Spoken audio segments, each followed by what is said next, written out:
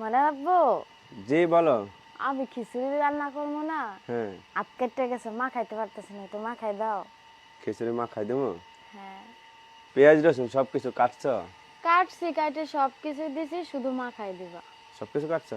হ্যাঁ শুধু মা খাই দেবো আমি? হ্যাঁ, মা খাই দিয়ে পানিটা দিলে হয়ে যায়। মা খাই দেওয়া পানি দেওয়া বসাই দেবো? হ্যাঁ আসো। কেন তুমি পারো না? হাত কেটে গেছে, নাইলে তোমারে কইতাম না। হাত কেটে গেছে? হ্যাঁ, ওই আচ্ছা জায়গায় মন কর কি মা খাইলে জ্বলবো না। আমি সব কিছু কাটতে দিয়ে থুইছি, শুধু মা খাই দিবা আর তেল দেব। শুধু মা খাই দেবো? হ্যাঁ, আচ্ছা ওঠো, আমি মা খাই দিতে। তুমি আসো। এর ভিতর কি কি দিছো গো?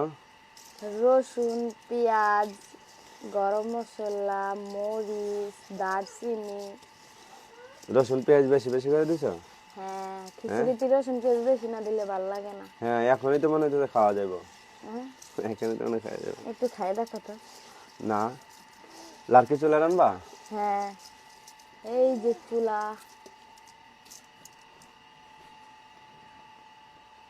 তেল দেবো কতটুকু?